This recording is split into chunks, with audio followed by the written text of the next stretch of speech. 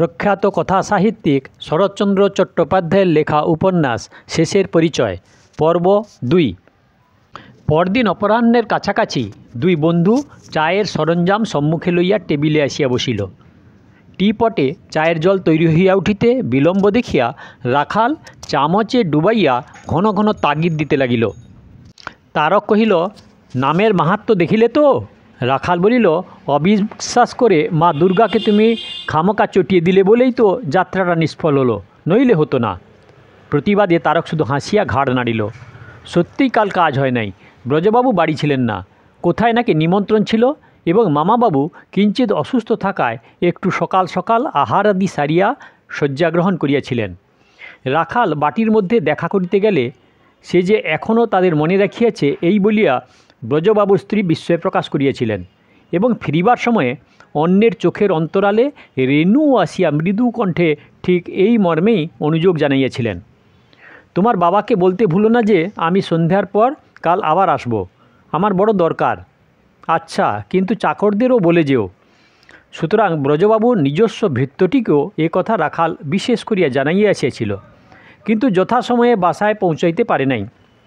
আসিয়া দেখিল দরজার কড়ায় জড়ানো এক টুকরো কাগজ, তাহাতে পেন্সিলে লেখা, আজ দেখা হবে না, কাল বৈকাল 5টায় আসব। ন মা। আজ এই 5টার আশাতেই দুই বন্ধুতে পথ চাহিয়া আছে, কিন্তু এখনও তার মিনিট 20 বাকি। তারক তাগাদা দিয়ে কহিল, যা হয়েছে চলো, আর আসবার আগে এ সমস্ত পরিষ্কার করে ফেলা চাই। কেন? মানুষ চা খায় এ কি তিনি জানতেন না? দেখো রাখাল, তর্ক করো না। মানুষ মানুষের অনেক কিছু জানে, তবু তার কাছেই অনেক কিছু আড়াল করে। গরু বাছুরের এ প্রয়োজন হয় না, তাছাড়া এইগুলোই বা কী? এই বলিয়া অ্যাস্ট্রে সমেত সিগারেটের 3টা তুলিয়া ধরিল, বলিল, পৌরুষ করে এও তাঁকে দেখাতে হবে নাকি? রাখাল হাসিয়া ফিরল। দেখে ফেললেও তোমার ভয় নেই তারক, অপরাধী যে কে তিনি ঠিক বুঝতে পারবেন। তারক খোঁচাটা অনুভব করিল। বিরক্তি চাপিয়া বলিল, তাই আশা করি, তবু আমাকেও ভুল বুঝলেও ক্ষতি নেই। কিন্তু একদিন যাকে মানুষ করে তুলেছিলেন তাকে ভুল বুঝতে না পারলে তার অন্যায় হবে। রাখাল কিছুমাত্র রাগ করিল না, হাসি মুখে নিঃশব্দে চা ঢালিতে প্রবৃত্ত হইল। তারক চা খাইতে আরম্ভ করিয়া মিনিট 2 পরে কহিল, হঠাৎ এমন চুপচাপ যে? কি করি? তিনি আসবার আগে এই 999-এর ধাক্কাটা মনে মনে একটু সামলে রাখছি ভাই বলিয়া সে পুনশ্চ একটু হাসিল। শুনিয়া তারকের গা জ্বলিয়া গেল, কিন্তু এবার সেও চুপ করিয়া রহিল। চা খাওয়া সমাপ্ত হইলে পরিষ্কার পরিচ্ছন্ন করিয়া দুজনে প্রস্তুত হইয়া রহিল। ঘড়িতে 5টা বাজিল। ক্রমশ 5, 10, 15 মিনিট অতিক্রান্ত করিয়া ঘড়ির কাঁটা নিচের দিকে ঝুলিয়া পড়িতে লাগিল, কিন্তু তাহার দেখা নাই।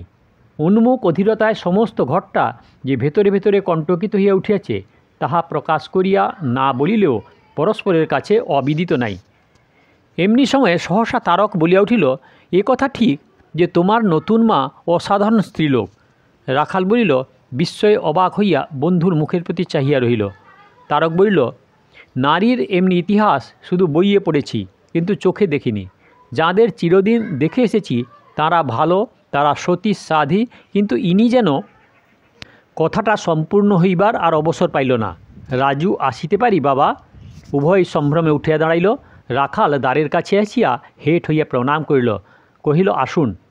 তারক ক্ষণকাল ইতস্তত করিল, কিন্তু তখনই পায়ের কাছে আসিয়া সেও নমস্কার করিল। সকলে বসিবার পরে রাখাল বলিল, কাল সব দিক দিয়ে যাত্রা হলো নিষ্ফল। কাকাবাবু বাড়ি নেই, মামাবাবু গুরু ভোজনে অসুস্থ এবং শয্যাগত। আপনাকে নিরর্থক ফিরে যেতে হয়েছিল, কিন্তু এর জন্যে আসলে দায়ী হচ্ছে তারক। ওকে এইমাত্র তার জন্য আমি ভর্ৎসনা করেছিলাম। খুব সম্ভব অপরাধের গুরুত্ব বুঝেও অনুতপ্ত হয়েছে। না দেবে ও মা দুর্গাকে রাগিয়ে, না হবে আমাদের যাত্রা পণ্ড। তারক ঘটনাটি খুলিয়া বলিল। নতুন মা হাসি মুখে প্রশ্ন করিলেন, তারক বুঝি এসব বিশ্বাস করে না? বিশ্বাস করি বলেই তো ভয় পেয়েছিলাম, আজ বোধহয় কিছু আর হবে না। তাহার জবাব শুনিয়া নতুন মা হাসিতে লাগিলেন। পরে জিজ্ঞাসা করিলেন, কারুর সঙ্গেই দেখা হলো না? রাখাল কহিল, তা হয়েছে মা। বাড়ির গিন্নি আশ্চর্য হয়ে জিজ্ঞাসা করলেন, পদ ভুলে এসেছে কি না। ফেরবার মুখে রেণুও ঠিক ওই কথাই নালিশ করিলে, অবশ্য আড়ালে। তাকেই বলে এলাম বাবাকে জানাতে আমি আবার কাল সন্ধ্যায় আসব, আমার অত্যন্ত প্রয়োজন। জানি আর যেই বলতে ভুলুক সে ভুলবে না। তোমরা আজ আবার যাবে? হ্যাঁ, সন্ধ্যার পরেই। ওরা সবাই বেশ ভালো আছে? তা আছে। নতুন মা চুপ করে রহিলেন। কিছুক্ষণ ধরিয়া মনের অনেক দ্বিধা সংকোচ কাটাইয়া বলিলেন, রেণু কেমনটি দেখতে হয়েছে রাজু? রাখাল বিস্ময়াপন্ন মুখে প্রথমটা স্তব্ধ হইয়া রইল। পরে কৃত্রিম ক্রোধেশ্বরে কহিল, প্রশ্নটি তো শুধু বাহুল্য নয় মা, হলো অন্যায়। নতুন মার মেয়ে দেখতে কেমন হওয়া উচিত এ কি আপনি জানেন না? তবে রঙটা বোধহয় একটুখানি বাপের ধার ঘেঁষে গেছে, ঠিক স্বর্ণচাঁপা বলা চলে না। বলুন তাই কি নয় নতুন মা? মেয়ের কথায় মায়ের দুই চোখ ছলছল করিয়া আসিল। দেওয়াল ঘড়ির দিকে এক মুহূর্ত মুখ তুলিয়া বলিলেন, তোমাদের বার হওয়ার সময় বোধহয় হয়ে গেছে। না, এখনও ঘণ্টা দুই দেরি। তারক গোড়ায় দুই একটা ছাড়া আর কথা কহে নাই। উভয়ের কথোপকথন মন দিয়া শুনিতেছিল। যে অজানা মেয়েটির অশুভ অমঙ্গলময় বিবাহ সম্বন্ধ ভাঙিয়া দেওয়ার সংকল্প তাহারা গ্রহণ করিয়াছেন, সে কেমন দেখিতে জানিতে তাহার আগ্রহ ছিল, কিন্তু ব্যগ্রতা ছিল না। কিন্তু এই যে রাখাল বর্ণনা করিল না, শুধু অনুযোগের কণ্ঠে মেয়েটির রূপের ইঙ্গিত করিল, সে যেন তাহার অন্ধকার অবরুদ্ধ মনের 10 দিকের 10খানা জানালা খুলিয়া আলোকে আলোকে চকিত চঞ্চল করিয়া দিল। এতক্ষণ সে যেন দেখিয়াও কিছু দেখে নাই। এখন মায়ের দিকে চাহিয়া অকস্মাৎ তাহার বিস্ময়ের সীমা রহিল না। নতুন মার বয়স 35-36। রূপে খুঁত নেই তা নয়। সুমুখের দাঁত দুটি উঁচু, তাহা কথা কহিলেই চোখে পড়ে। বর্ণ সত্যই স্বর্ণচাপার মতো, কিন্তু হাত পায়ের গড়ন ননি মাখনের সহিত কোনো মতেই তুলনা করা চলে না। চোখ দীর্ঘায়ত নয়, নাক ও বাঁশি বলিয়া ভুল হওয়া অসম্ভব, কিন্তু এক হারা দীর্ঘচ্ছন্দ দেহে সুষমা ধরে না। কোথায় কি আছে না জানিয়া অত্যন্ত সহজে মনে হয় প্রচ্ছন্ন দেখে মর্যাদায় এই পরিণত নারী দেহটি যেন কানায় কানায় পরিপূর্ণ। আর সবচেয়ে চোখে পড়ে নতুন মার আশ্চর্য কণ্ঠস্বর, মাধুর্যের যেন অন্ত নাই। তারকের চমক ভাঙিল নতুন মার জিজ্ঞাসায়। তিনি হঠাৎ যেন ব্যাকুল হইয়া প্রশ্ন করিলেন, রাজু, তোমার কি মনে হয় বাবা এ বিয়ে বন্ধ করতে পারবে? সে কথা তো বলা যায় না মা। তোমার কাকাবাবু কি কিছুই দেখবেন না? কোনো কথাই কানে তুলবেন না? রাখাল বলিল, চোখ কান তো তার আর নেই মা। তিনি দেখেন মামাবাবুর চোখে, শোনেন গিন্নির কানে। আমি জানি এ বিয়ের সম্বন্ধ তারাই করেছেন। কর্তা তবে কি করেন? যা চিরদিন করতেন, সেই গোবিন্দজির সেবা। এখন শুধু তার উগ্রতা বেড়ে গেছে শতগুণে। দোকানে যাওয়ারও বড় সময় পান না। ঠাকুরঘর থেকে বার হতেই বেলা পড়ে আসে।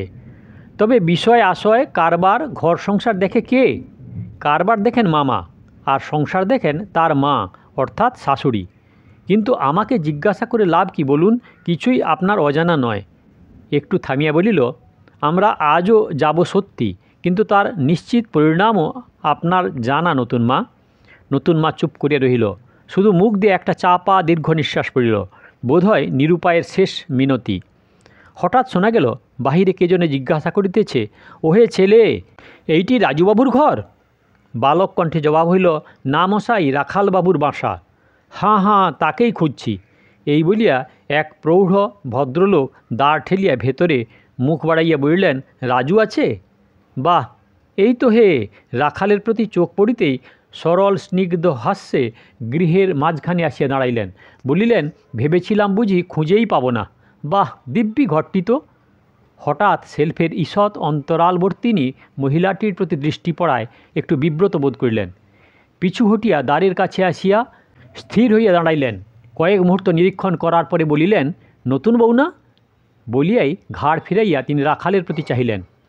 একটা কঠিনতম অবমাননার মর্মন্তুদ দৃশ্য বিদ্যুৎ বেগে রাখালের মনশ্চক্ষে ভাসিয়া উঠিয়া মুখ তাহার মরার মতো ফ্যাকাশে হইয়া গেল। তারক ব্যাপারটা আন্দাজ করিয়াও করিতে পারিল না। তথাপি অজানা ভয়ে সেও হতবুদ্ধি হইয়া পড়িল। ভদ্রলোক পর্যায়ক্রমে সকলের প্রতি দৃষ্টিপাত করিয়া হাসিয়া ফেলিলেন। তোমরা করছিলে কি ষড়যন্ত্র? গুলির আড্ডায় কনস্টেবল ঢুকে পড়লেও তো তারা এত আঁতকে ওঠে না। হয়েছে কি, নতুন বউ তো? মহিলা চৌকি ছাড়িয়া দূর হইতে ভূমিষ্ঠ প্রণাম করিয়া একাধারে সরিয়া দাঁড়াইল। বললেন, হাঁ, আমি নতুন বউ। বসো বসো, ভালো আছো? বলিয়া তিনি নিজেই অগ্রসর হইয়া চৌকি টানিয়া উপবেশন করিলেন। বলিলেন, নতুন বউ, আমার রাজুর মুখের পানে একবার চেয়ে দেখো। ও বোধহয় ভাবলে আমি চিনতে পারা মাত্র তোমাকে যুদ্ধে আহ্বান করে এ ঘোরতর সংগ্রাম বাঁধিয়ে দেব। ওর ঘরের জিনিসপত্র আর থাকবে না, ভেঙে তছনছ হয়ে যাবে। তাহার বলার ভঙ্গিতে শুধু কেবল তারক ও রাখালি নয়, নতুন মা পর্যন্ত মুখ ফিরাইয়া হাসিয়া ফেলিলেন। তারক এতক্ষণে নিঃসন্দেহে বুঝিলেন ইনিই ব্রজবাবু। তাহার আনন্দ ও বিস্ময়ের অবধি রইল না। ব্রজবাবু অনুরোধ করিলেন, দাঁড়িয়ে থেকো না নতুন বউ, বসো। তিনি ফিরিয়া আসিয়া বলিলেন। ব্রজবাবু বলিতে লাগিলেন, পরশু রেণুর বিয়ে। ছেলেটি স্বাস্থ্যবান, সুন্দর, লেখাপড়া করেছে। আমাদের জানা ঘর, বিষয় সম্পত্তি, টাকা কড়িও মন্দ নেই।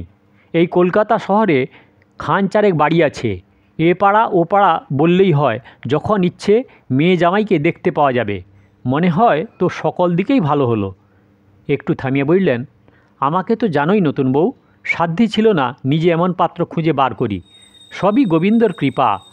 এই বলিয়া তিনি ডান হাতটা কপালে ঠেকাইলেন। কন্যার সুখ সৌভাগ্যের সুনিশ্চিত পরিণাম কল্পনায় উপলব্ধি করিয়া তাহার সমস্ত মুখ স্নিগ্ধ প্রসন্নতায় উজ্জ্বল হইয়া উঠিল। সকলেই চুপ করিয়া রহিলেন। একটা তিক্ত ও একান্ত অপ্রীতিকর বিরুদ্ধ প্রস্তাবে এই মায়াজাল তাহারই চক্ষের সম্মুখে ছিন্ন ভিন্ন করিয়া দিতে কাহারও প্রবৃত্ত হইল না। ব্রজবাবু বলিলেন, আমাদের রাখাল রাজাকে তো আর চিঠিতে নিমন্ত্রণ করা যায় না, ওকে নিজে গিয়ে ধরে আনতে হবে। ও ছাড়া আমার কর্মাবেই বা কে? কাল রাত্রে ফিরে গিয়ে রেণুর মুখে যখন খবর পেলুম রাজু এসেছিল, কিন্তু দেখা হয়নি, তার বিশেষ প্রয়োজন, কাল সন্ধ্যায় আবার আসবে, তখনই স্থির করলাম এ সুযোগ আর নষ্ট হতে দিলে চলবে না। যেমন করে হোক খুঁজে পেতে হবে বাসায় গিয়ে আমাকে। এই ত্রুটি সংশোধন করতেই হবে। তাই দুপুরবেলায় আজ বেরিয়ে পড়লাম। কিন্তু কার মুখ দেখে বেরিয়েছিলাম মনে নেই। আমার এ কাজ কেবল দু কাজ নয়, আমার সকল কাজ আজ সম্পূর্ণ হলো। স্পষ্টই বোঝা গেল তাহার ভাগ্য বিড়ম্বিতা একমাত্র কন্যার বিবাহ ব্যাপারটিকে লক্ষ্য করিয়াই তিনি এ কথা উচ্চারণ করিয়াছেন। মেয়েটা যেন তাহার অপরিজ্ঞাত জীবনযাত্রার পূর্বক্ষণে জননীর অপ্রত্যাশিত আশীর্বাদ লাভ করিল। রাখাল অত্যন্ত নিরীহের মতো মুখ করিয়া কহিল, বেরোবার সময় মামাবাবু ছিলেন বলে কি মনে পড়ে? কেন বলো তো? তিনি ভাগ্যবান লোক, বেরোবার সময় তার মুখ দেখে থাকলে হয়তো। ও তাই? ব্রজবাবু হাসিয়া উঠিলেন। নতুন মা রাখালের মুখের প্রতি অলক্ষ্যে একটুখানি চাহিয়াই মুখ ফিরাইলেন। তার হাসির ভাবটা ব্রজবাবুর চোখ এড়াইল না। বলিলেন, রাজু কথাটা তোমার ভালো হয়নি। যাই হোক, সম্পর্কে তিনি নতুন বউয়ের ভাই হন। ভাইয়ের নিন্দে বোনেরা কখনো সইতে পারে না। ইনি বোধ করি মনে মনে রাগ করলেন। রাখাল হাসিয়া ফেলিল। ব্রজবাবু হাসিলেন, বলিলেন, অসঙ্গত নয়, রাগ করারিরা কথা কি না। তারকের সহিত এখনও তার পরিচয় ঘটে নাই। লোভটা যে সম্বরণ করিতে পারিল না, বলিল, আজ বার হওয়ার সময় আপনি দুর্গা নামের উচ্চারণ করেননি নিশ্চয়ই? ব্রজবাবু প্রশ্নের তাৎপর্য বুঝিতে পারিলেন না। বলিলেন, কই না, অভ্যাস মতো আমি গোবিন্দ স্মরণ করি, আজ হয়তো তাঁকেই ডেকে থাকব। তারক কহিল, তাতেই যাত্রা সফল হয়েছে, ও নামটা করলে শুধু হাতে ফিরতে হতো। ব্রজবাবু তথাপি তাৎপর্য বুঝিতে পারিলেন না, চাহিয়া রহিলেন। রাখাল তারকের পরিচয় দিয়া কালকের ঘটনা বিবৃত করিয়া কহিল, ওর মতে দুর্গা নামে কার্যপণ্ড হয়। কালকে যে আপনার দেখা না পেয়ে আমাদের বিফল হয়ে ফিরতে হয়েছিল, তার কারণ বার হওয়ার সময় আমি দুর্গা নাম উচ্চারণ করেছিলাম। হয়তো এই রকম দুর্ভোগ ওর কপালে পূর্বেও ঘটে থাকবে, তাই ও নামটার পরেই তারক চটে আছে। শুনিয়া ব্রজবাবু প্রথমটা হাসিলেন, পরে হঠাৎ ছন্দ গাম্ভীর্যে মুখখানা অতিশয় ভারী করিয়া বলিলেন, হয় হে রাখালরাজ, হয়। এটা মিথ্যে নয়। সংসারে নাম ও দ্রব্যের মহিমা কেউ আজও সঠিক জানে না। আমিও একজন রীতিমতো ভুক্তভোগী। ফুট কড়াই, নাম করলে আর আমার রক্ষে নেই। জিজ্ঞাসু মুখে সকলেই চোখ তুলিয়া রহিল। রাখাল সহাস্যে জিজ্ঞাসা করিল, কিসে? ব্রজবাবু বলিলেন, তবে ঘটনাটা বলি শোনো। ব্রজবিহারী বলে ছেলেবেলায় আমার ডাক নাম ছিল বলাই। ভয়ানক ফুট কড়াই খেতে ভালোবাসতাম, ভুগতামও তেমনি। আমার এক দূর সম্পর্কের ঠাকুরমা সাবধান করে বলতেন, বলাই কলাই খেও না, জানলা ভেঙে বউ পালাবে, দেখতে পাবে না। ভেবে দেখো দেখি, ছেলেবেলায় ফুট কড়াই খাওয়ায় বুড়ো বয়সে আমার কি সর্বনাশ হলো। এ কি দ্রব্যের দোষগুণের একটা বড় প্রমাণ নয়? যেমন দ্রব্যের তেমনি নামেরও আছে বই কি। তারক ও রাখাল লজ্জায় অধবোধন হইল। নতুন মা ঈষৎ মুখ ফিরাইয়া চাপা ভর্ৎসনা করে বললেন, ছেলেদের সামনে এ তুমি করছো কি? কেন? ওদের সাবধান করে দিচ্ছি, প্রাণ থাকতে যেন কখনো ওরা ফুট কড়াই না খায়। তবে তাই করো, আমি উঠে যাই। এই তো তোমার দোষ নতুন বউ, চিরকাল কেবল তাড়াই লাগাবে আর রাগ করবে, একটা সত্যি কথা কখনো বলতে দেবে না। ভাবলাম আসল দোষটা যে সত্যিকার, এতকাল পরে খবরটা পেলে তুমি খুশি হয়ে উঠবে, তা হলো উল্টো। নতুন মা হাত জোড়ো করিয়া কহিলেন, হয়েছে, এবার তুমি থামো। রাজু? রাখাল মুখ তুলিয়া চাহিল। নতুন মা বললেন, তুমি যে জন্যে কাল গিয়েছিলে ওকে বলো। রাখাল একবার ইতস্তত করিল, কিন্তু ইঙ্গিতে পুনশ্চ সুস্পষ্ট আদেশ পাইয়া বলিয়া ফেলিল, কাকাবাবু, রেণুর বিবাহ তো ওখানে কোনো মতেই হতে পারে না। শুনিয়া ব্রজবাবু এবার বিস্ময়ে সোজা হইয়া বসিলেন। তাহার রহস্য কৌতুকের ভাবটা সম্পূর্ণ তিরোহিত হইল। বলিলেন, কেন পারে না? রাখাল কারণটা খুলিয়া বলিল। কে তোমাকে বললে? রাখাল ইঙ্গিতে দেখাইয়া বলিল, নতুন মা। ওকে কে বললে? আপনি ওকে জিজ্ঞেস করুন। ব্রজবাবু স্তব্ধভাবে বহুক্ষণ বসিয়া থাকিয়া প্রশ্ন করিলেন, নতুন বউ, কথাটা কি সত্যি? নতুন মা ঘাড় নেড়ে জানিলেন, হাঁ সত্য। ব্রজবাবুর চিন্তার সীমা রহিল না। অনেকক্ষণ নিঃশব্দে কাটিলে বলিলেন, তা হলে উপায় নেই। রেণুর আশীর্বাদ, গায়ে হলুদ পর্যন্ত হয়ে গেছে, পরশু বিয়ে, একদিনের মধ্যে আমি পাত্র পাবো কোথায়? নতুন মা আশ্চর্য হয়ে বললেন, তুমি তো নিজে পাত্র খুঁজে আনোনি মেজকর্তা, যারা এনেছিলেন তাদের হুকুম করো। ব্রজবাবু বলিলেন, তারা শুনবে কেন? তুমি তো জানো নতুন বউ, হুকুম করতে আমি জানি নে, কেউ আমার তাই কথা শোনে না। তারা তো পর, কিন্তু তুমি কি কখনো আমার কথা শুনেছ? আজ সত্যি করে বলো দেখি। হয়তো বিগত দিনের কি একটা কঠিন অভিযোগ এই উল্লেখটুকুর মধ্যে গোপন ছিল। সংসারে এই দুইটি মানুষ ছাড়া আর কেহ তাহা জানে না। নতুন মা উত্তর দিতে পারছিলেন না, গভীর লজ্জায় মাথা হেঁট করিলেন। কয়েক মুহূর্ত নীরবে কাটিল। ব্রজবাবু মাথা নাড়িয়া অনেকটা যেন নিজের মনেই বলিয়া উঠিলেন, অসম্ভব। রাখাল মৃদুকণ্ঠে প্রশ্ন করিলেন, অসম্ভব কী কারণে কাকাবাবু? ব্রজবাবু কহিলেন, অসম্ভব বলেই অসম্ভব রাজু। নতুন বউ জানে না, জানবার কথাও নয়, কিন্তু তুমি তো জানো। তাহার কণ্ঠস্বরে চোখের দৃষ্টিতে নিরাশা যেন ফুটিয়া উঠিল। অন্যথার কথা যেন তিনি ভাবিতেই পারিলেন না। নতুন মা মুখ তুলিয়া চাহিলেন, বলিলেন, নতুন বউ তো জানে না, তাকে বুঝিয়েই বলো না মেজকর্তা, অসম্ভব কিসের জন্যে? রেণুর মা নেই, তার বাপ আবার যাকে বিয়ে করেছে তার ভাই চায় পাগলের হাতে মেয়ে দিতে, তাই অসম্ভব, কিছুতেই ঠেকানো যাবে না। এই কি তোমার শেষ কথা? তাহার মুখের পরে ক্রোধ, করুণা না তাচ্ছিল্য, কিসের ছায়া যে নিঃশংসে দেখা দিল বলা কঠিন।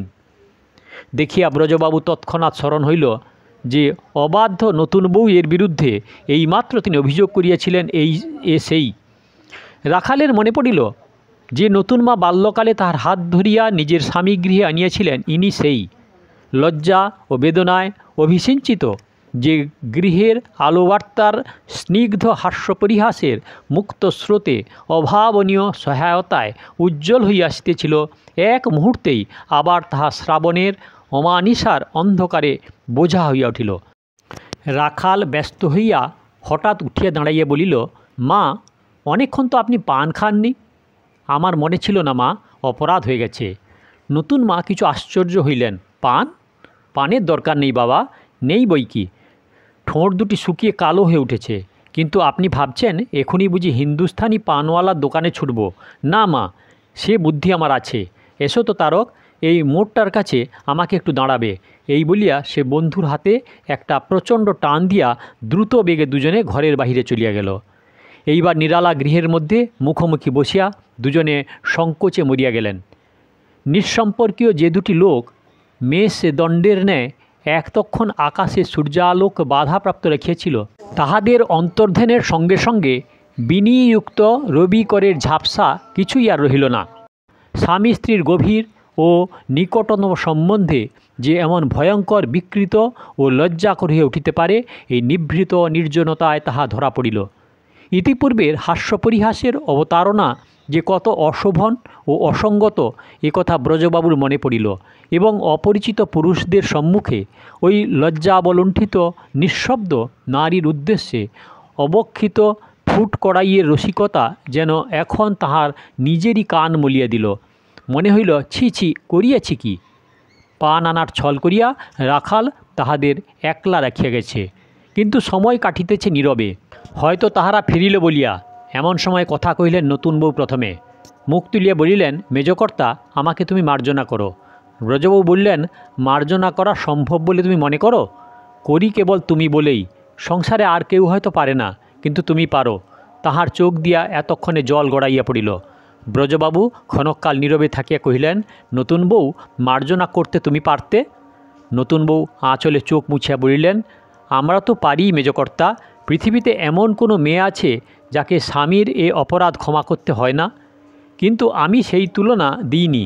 আমার ভাগ্যে এমন স্বামী পেয়েছিলাম, যিনি দেহে মনে নিষ্পাপ, যিনি সব সন্দেহের উপরে।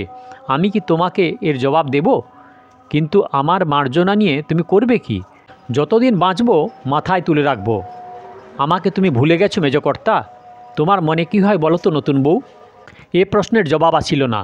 শুধু স্তব্ধ নত মুখে উভয়েই বসিয়া রহিলেন। খানিক পরে ব্রজবাবু বলিলেন, মার্জনা চেয়েও না নতুন বউ, সে আমি পারবো না। যতদিন বাঁচব তোমার উপরে এই অভিমান আমার যাবে না। তবু পাছে স্বামীর অভিমানে তোমার কষ্ট বাড়ে এই ভয়ে কোনো দিন তোমাকে অভিশাপ দিইনি। কিন্তু এমন অদ্ভুত কথা তুমি বিশ্বাস করতে পারো নতুন বউ? নতুন বউ মুখ না তুলিয়া বলিল, পারি। ব্রজবউ বললেন, তাহলে আর আমি দুঃখ করব না। সেদিন আমাকে সবাই বললে অন্ধ, বললে নির্বোধ, বললে দেখিয়ে দিলেও যে দেখতে পায় না, প্রমাণ করে দিলেও যে বিশ্বাস করে না, তার দুর্দশা এমন হবে না তো কার হবে? কিন্তু দুর্দশা হয়েছে বলেই কি নিজেকে অন্ধ বলে মেনে নেব নতুন বউ? বলতে হবে আমি যা করেছি সব ভুল? জানি ভাই, আমাকে ঠকিয়েছে বন্ধু, আত্মীয় স্বজন, দাস দাসী, কর্মচারী, ঠকিয়েছে অনেকেই। কিন্তু সব যখন যেতে বসেছিল, সেই দুর্দিনে তোমাকে বিবাহ করে আমি তো ঘরে আনি। তুমি এসে একে একে সমস্ত বন্ধ করলে, সব লোকসান পূর্ণ হয়ে এলো। সেই তোমাকে অবিশ্বাস করতে পারিনি বলে আমি হলাম অন্ধ। আর যারা চক্রান্ত করে বাইরের লোক জড়ো করে তোমাকে নিচে টেনে নামিয়ে বাড়ির বার করে দিলে, তারা হলো চক্ষুষ্মান। তাদের নালিশ, তাদের নোংরা কথায় কান দিইনি বলে আজ আমার এই দুর্গতি। আমার দুঃখের এই কি হলো সত্যি ইতিহাস? তুমিই বলো তো নতুন বউ। নতুন বউ কখন যে মুখ তুলিয়া স্বামীর মুখের প্রতি দুই চোখ মেলিয়া চাহিয়াছিল, বোধহয় তাহা নিজেই জানিত না। এখন হঠাৎ তার কথা থামিতেই সে যেন চমকিয়া আবার মুখ নিচু করিল। ব্রজবউ বলিলেন, তুমি ছিলে শুধুই কি স্ত্রী? ছিলে গৃহের লক্ষ্মী, সমস্ত পরিবারের কর্ত্রী, আমার সকল আত্মীয়ের বড় আত্মীয়, সকল বন্ধুর বড় বন্ধু। তোমার চেয়ে শ্রদ্ধা ভক্তি আমাকে কে কবে করেছে? এমন করে মঙ্গল কে কবে চেয়েছে? কিন্তু একটা কথা আমি প্রায়ই ভাবি নতুন বউ, কিছুতেই জবাব পাইনি। আজ দৈবাত যদি কাছে পেয়েছি, বলো তো সেদিন কি হয়েছিল? এ তো আপনার হয়েও কি আমাকে সত্যি ভালোবাসতে পারোনি? না বুঝে তুমি তো কখনোই কিছু করো না। দেবে এর সত্যি জবাব? যদি দাও, হয়তো আজও মনের মধ্যে আবার সত্যি পেতে পারি। বলবে? নতুন বউ মুখ তুলিয়া চাহিল না, কিন্তু মৃদু কণ্ঠে কহিল, আজ নয় মেজকর্তা, আজ নয়। তবে কবে দেবে বলো? আর যদি দেখা না হয়, চিঠি লিখে জানাবে? এবার নতুন বউ চোখ তুলিয়া চাহিল, কহিল, না মেজকর্তা, আমি তোমাকে চিঠিও লিখব না, মুখেও বলবো না। তবে জানবো কি করে? জানবে যেদিন আমি নিজে জানতে পারবো। কিন্তু এ যে হেঁয়ালি হলো, তা হোক। আজ আশীর্বাদ করো, এর মানে যেন একদিন তোমাকে বুঝিয়ে দিতে পারি। দ্বারের বাহির হইতে সাড়া আসিল। আমার বড্ড দেরি হয়ে গেল, এই বলিয়া রাখাল প্রবেশ করিল। এক ডিব্বা পান সম্মুখে রাখিয়া দিয়া বলিল, সাবধানে তৈরি করিয়া এনেছি মা, এতে অসুচি স্পর্শদোষ ঘটেনি, নিঃসংকোচে মুখে দিতে পারেন। নতুন বউ ইঙ্গিতে স্বামীকে দেখাইয়া দিতে রাখাল ঘাড় নাড়িল। ব্রজবউ বলিলেন, আমি 13 বছর পান খাওয়া ছেড়ে দিয়েছি নতুন বউ, এখন তুমি হাতে করে দিলেও মুখে দিতে পারবো না। সুতরাং পানের ডিবা তেমনিই পড়িয়া রহিল, কেহ মুখে দিতে পারিলেন না। তারক আসিয়া প্রবেশ করিল। তাহার বাসায় যাইবার কথা, অথচ যায় নাই, কাছেই কোথাও অপেক্ষা করিতেছিল। যে কারণেই হোক, দীর্ঘদিন অনুপস্থিত থাকিতে চাহে না। তাহার এই অবাঞ্ছিত কৌতূহল রাখালের চোখে বিসদৃশ্য ঠেকিল, কিন্তু সে চুপ করিয়াই রহিল। ব্রজবাবু কহিলেন, নতুন বউ, তোমার সেই মোটা বিছেহারটা কি ভট্টাচার্য মশাইয়ের ছোটো মেয়েকে বিয়ের সময় দেবে বলেছিলে? বিয়ে অনেক দিন হয়ে গেছে, 2টি ছেলেমেয়েও হয়েছে। এতকাল সংকোচ বোধ করে চাইতে পারিনি, কিন্তু এবার পুজোর সময় এসে সে হারটা চেয়েছিল, দেব? নতুনবাবু বললেন, হ্যাঁ, ওটাও তাকে দিও। ব্রজবাবু কহিলেন, আর একটা কথা, তোমার যে টাকাটা কারবারে লাগানো ছিল সুদে আসলে সেটা 1050 হয়েছে, কি করবে সেটা? তুলে তোমাকে পাঠিয়ে দেব? তুলবে কেন? আরও বাড়ুক না। না নতুন বউ, সাহস হয় না। বরিশালের চালানি সুপারির কাজে অনেক টাকা লোকসান হয়েছে, থাকলেই হয়তো টান ধরবে। নতুন বউ একটু ভাবিয়া বলিলেন, এই ভয় আমার বরাবর ছিল। গোকুল সাহাকে সরিয়ে দিয়ে তুমি বীরেনকে পাঠাও, আমার টাকা মারা যাবে না। ব্রজবাবুর চোখ দুটো হঠাৎ সজল হয়ে উঠিল। সামলাইলে লইয়া বলিলেন, নিজেও তো বুড়ো হলাম গো, আর খাটবো কতকাল? ভাবছি সব তুলে দিয়ে এবার ঠাকুরঘর থেকে বার হবে না, এই তো? না, সে হবে না। ব্রজবাবু নিস্তব্ধ হইয়া বসিয়া রহিল। বহুক্ষণ পর্যন্ত একটি কথাও কহিলেন না। মনে মনে কী যে ভাবিতে লাগিলেন, বোধহয় একটিমাত্র লোকই তার আভাস পাইল। হঠাৎ একসময়ে বলিয়া উঠিলেন, দেখো নতুন বউ, সোনারপুরের কতকটা অংশ দাদার ছেলেদের ছেড়ে দেওয়া কি তুমি উচিত মনে করো? নতুন বউ বললেন, তাদের তো আর কিচ্ছু নেই, সবটাই ছেড়ে দাও না। সবটা? ক্ষতি কি? বেশ, তাই হবে। তোমার মনে আছে বোধহয় দাদার বড় মেয়ে জয়দুর্গাকে কিছু দেওয়ার কথা হয়েছিল। জয়দুর্গা বেঁচে নেই, কিন্তু তার একটি মেয়ে আছে, অবস্থা ভালো নয়। ওরা ভাগ্নিকে কিছুই দিতে চায় না। তুমি কি বলো? নতুন বউ বললেন, সোনারপুরের আয় বোধহয় 1000 টাকার উপর। জয়দুর্গার মেয়েকে 100 টাকার মতো ব্যবস্থা করে দিলে অন্যায় হবে না। ভালো, তাই হবে। আবার কিছুক্ষণ নিঃশব্দে কাটিল। হ্যাঁ নতুন বউ, তোমার গয়নাগুলো কি সব সিন্ধুকেই পচবে? কেবল তৈরিই করালে, কখনো পড়লে না। দেব সেইগুলো তোমাকে পাঠিয়ে? নতুন বউ হঠাৎ বোধহয় প্রস্তাবটা বুঝিতে পারেন নাই। তারপরে মাথা হেঁট করিলেন। একটু পরেই দেখা গেল টেবিলের উপর টপ টপ করিয়া কয়েক ফোঁটা জল ঝরিয়া পড়িল। ব্রজবাবু সশব্যস্তে উঠিয়া দাঁড়াইলেন। থাক থাক নতুন বউ, তোমার রেণু পড়বে, ও কথায় আর কাজ নেই। মিনিট 5-6 পরে তিনি ঘড়ির দিকে চাহিয়া কহিলেন, সন্ধ্যা হয়ে আসছে, এবার তাহলে আমি উঠি। তাহার সন্ধ্যা আহ্নিক, গোবিন্দের সেবা, এই সকল নিত্য কর্তব্যের কোনো কারণেই সময় লঙ্ঘন করা চলে না, তা রাখাল জানিত। সেও ব্যস্ত হইয়া পড়িল। প্রৌঢ়কাল ব্রজবাবুর ইহাই যে প্রত্যাহারে প্রধান কাজ, নতুন বউ তাহা জানিতেন না। আঁচলে চোখ মুছিয়া ফেলিয়া বলিলেন, রেণুর বিয়ের কথাটা তো শেষ হলো না মেজকর্তা? ব্রজবাবু বললেন, তুমি যখন চাও না তখন ওই বাড়িতে হবে না। নতুন বউ স্বস্তির নিঃশ্বাস ফেলিয়া কহিলেন, বাঁচলাম। ব্রজবাবু বললেন, কিন্তু বিয়ে তো বন্ধ রাখা চলবে না, সুপাত্র পাওয়া চাই, দুটো খেতে পড়তে পায় তাও দেখা চাই। রাজু, তোমার তো বাবা অনেক বড় ঘরে যাওয়া আসা আছে, তুমি একটি স্থির করে দিতে পারো না? এমন মেয়ে তো কেউ সহজে পাবে না। রাখাল অধমুখে মৌন হইয়া রহিল। নতুনবাবু বললেন, এত তাড়াতাড়ি দরকার কি মেজকর্তা? ব্রজবাবু মাথা নাড়িলেন, সে হয় না নতুন বউ, নির্দিষ্ট দিনে দিতেই হবে। দেশাচার অমান্য করতে পারবো না, তাছাড়া আরও অমঙ্গল সম্ভাবনা। কিন্তু এর মধ্যে সুপাত্র যদি না পাওয়া যায়, পেতেই হবে। কিন্তু না পাওয়া গেলে পাগলের বদলে বাঁদরের হাতে মেয়ে দেবে, সে মেয়ের কপাল। তার চেয়ে হাত পা বেঁধে ওকে জলে ফেলে দিও। আলোচনা পাছে বাদানুবাদে দাঁড়ায়, এই ভয়ে রাখাল মাঝখানে কথা কইল, মামাবাবু কি রাগারাগি করবেন মনে হয় কাকাবাবু?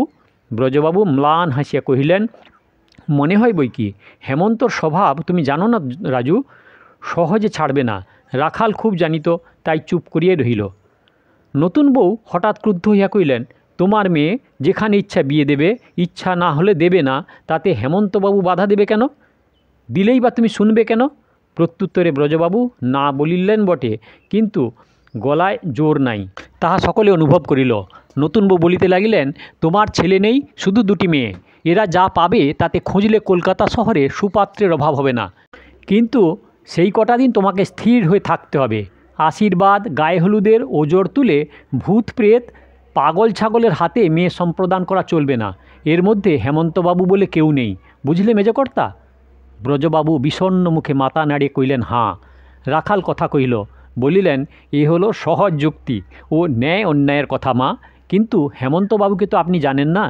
রেণু অনেক কিছু পাবে বলে তার অদৃষ্টে আজ মামাবাবুর পাগল আত্মীয় জুটেছে, নইলে জুটত না। ও নিঃশ্বাস ফেলবার সময় পেত। মামাবাবু এক কথায় হাল ছাড়বার লোক নয় মা। কি করবেন তিনি শুনি? রাখাল জবাব দিতে গিয়ে হঠাৎ চাপিয়ে গেল। ব্রজবাবু দেখিয়া বললেন, লজ্জা নেই রাজু, বলো, আমি অনুমতি দিচ্ছি। তথাপি রাখালের সংকোচ কাটে না। ইতস্তত করিয়া শেষে কহিল, ওই লোকটা গায়ে হাত দিতে পর্যন্ত পারে। কার গায়ে হাত দিতে পারে রাজু? মেজকর্তার? হ্যাঁ, একবার ঠেলে ফেলে দিয়েছিল। 15-16 দিন কাকাবাবু উঠতে পারেনি।